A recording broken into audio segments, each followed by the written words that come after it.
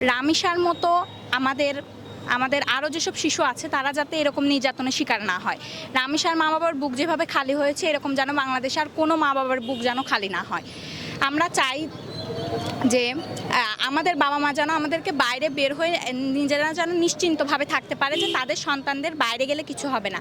এই কারণে একজন শিক্ষার্থী হিসাবে আমি এখানে অবস্থান নিয়েছি। প্রশাসন বা আইন শৃঙ্খলা বাহিনীর কাছে আমার একটাই চাওয়া পাওয়া যে এর আগেও আমরা দেখেছি যে বাংলাদেশে অনেক শিশু ধর্ষণের শিকার হয়েছে, কিন্তু তখন তারা হলো তাদের অবস্থান অনুযায়ী তারা আসামিকে ধরেছে, কিন্তু তাদের যথাযথ শাস্তির কোনো ব্যবস্থা করা হয়নি।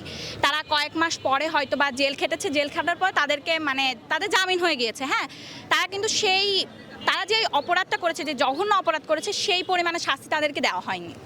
আর তাই আমরা চাই যেন এবার তাদেরকে সেই শাস্তিটা দেওয়া হোক, যাতে আর কোনো মানুষ এরকম নিকৃষ্ট কাজ করার সাহস না পায়। আমার নাম ইয়ানুন্নিশাত তুলি, আমি কুষ্টিয়া জেলা এনসিটিএফের একজন সহসভাপতি। আমাদের কাজ হলো, আমরা জাতীয় পর্যায়ে একটা সংগঠন, আমরা শিশুদের নিয়ে কাজ করি।